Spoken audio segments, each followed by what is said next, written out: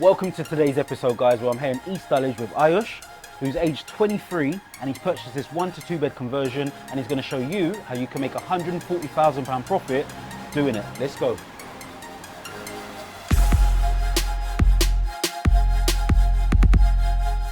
Okay, so tell us a bit about you, why you got into property, and tell the people who you are, really. Yeah, so I'm a 23-year-old property investor slash developer based in South London, because that's where I'm from.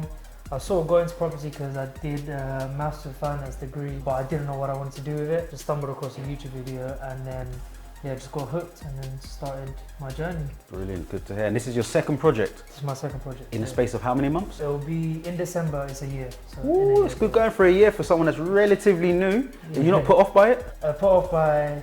The fact that you're getting into property so deep, second development in the space of 12 months? I love it. I love the risk. And there is a lot of risk, but just got to be ready to take it on if you're going to do anything great. That's right? it. Okay. So.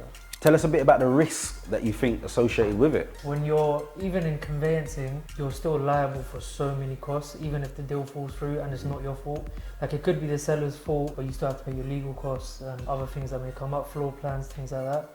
So you're investing a lot before you know you're going to see a return. I guess you could also say I'm also risking not going for a job, sort of running my own business, because if it doesn't take off, which it will, you know, I've missed the corporate ladder, I guess. Now, for someone that's educated as well, because you actually went to university, got a degree, so does it not faze you that you should be going off in another route that actually backed yourself? No, because I did have second thoughts before I got my first project, but I spoke to someone who was like, you're gonna have regret later on down the line if you don't take this step now.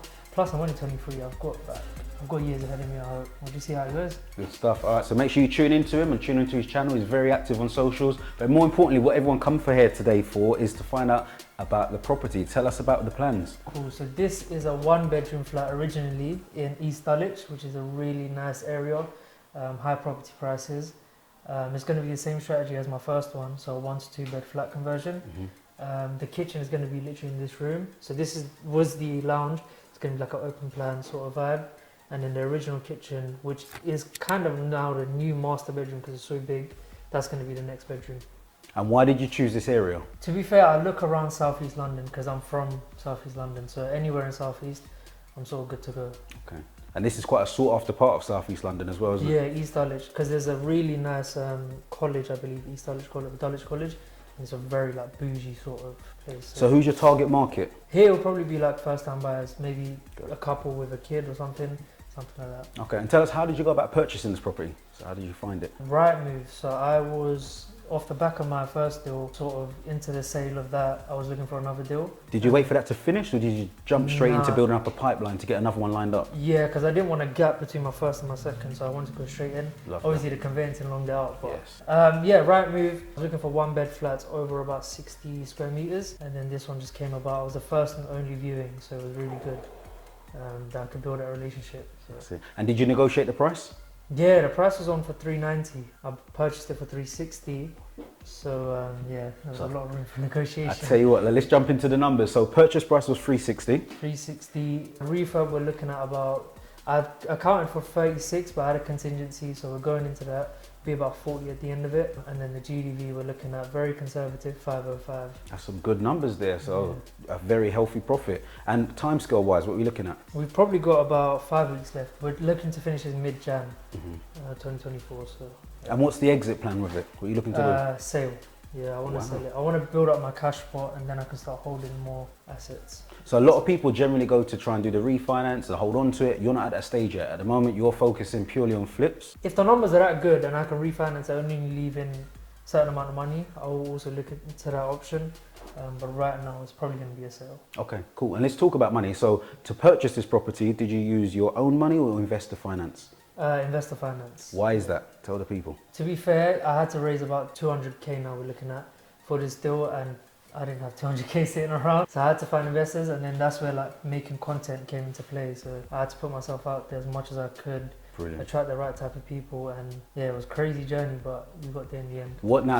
You make it sound so simple. 200k and like tell the people what the process like when you go through it and do it. Yes, content wise, I didn't know what to put out, but I've been learning about property for about 2 to 3 years now. So I just literally gave back what I've learned. Fantastic. On Insta and LinkedIn. So you shared the knowledge that you've paid for to study Exactly. back out there for Yeah. content for people. Yeah, because I calculated it into my journey. I've spent about 10, 12 grand on my Fantastic. You education. invested in yourself. That's the best Yeah. move you can do.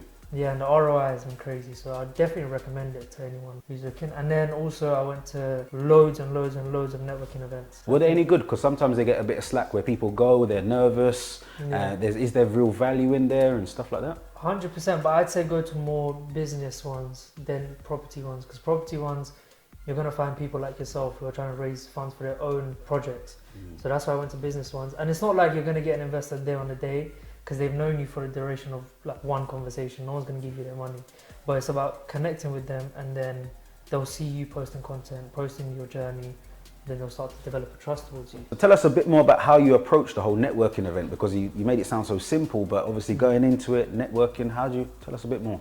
When I meet a potential investor or whoever I'm meeting, I wouldn't sort of go in straight away and be like, oh look, I'm looking for 10, 20 grand, you know, this is what I'm giving. I'd sort of explain what I've done, how I'm a credible investment to make potentially, sort of by saying I've done this first project, this is how it went, show them before and after, show them some of the numbers, and then they'll develop sort of a trust towards me, and then that's when the connection comes in. You'll connect with them on socials, and then they'll start to trust you and watch your content and see that you've invested in yourself, so sort of credible enough to have their investment. Brilliant. And we use bridging finance for that as well? Yeah, bridging finance for yourself, obviously. There you go. Yeah. Using bridging finance, it allows you to get in, do the works, and get back out of it. Yeah. Was you tempted? Because some people try to use mortgages, but you knew straight away to use bridging finance is the right type of finance to use? Because I spoke to obviously yourself and a lot of other people, selling it or refinancing it so quick can get you like blacklisted on some lenders or something. So didn't want to take that risk. Okay. Well, do you know what? I'm really happy. Let's go and show us around the property and see what else there is. Sure.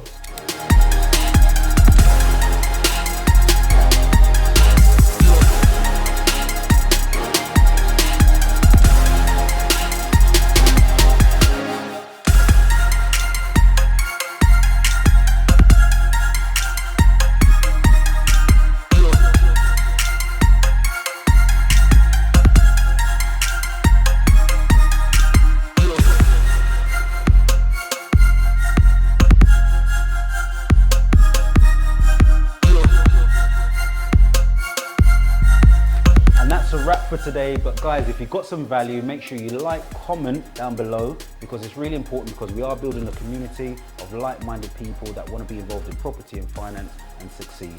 See you on the next episode.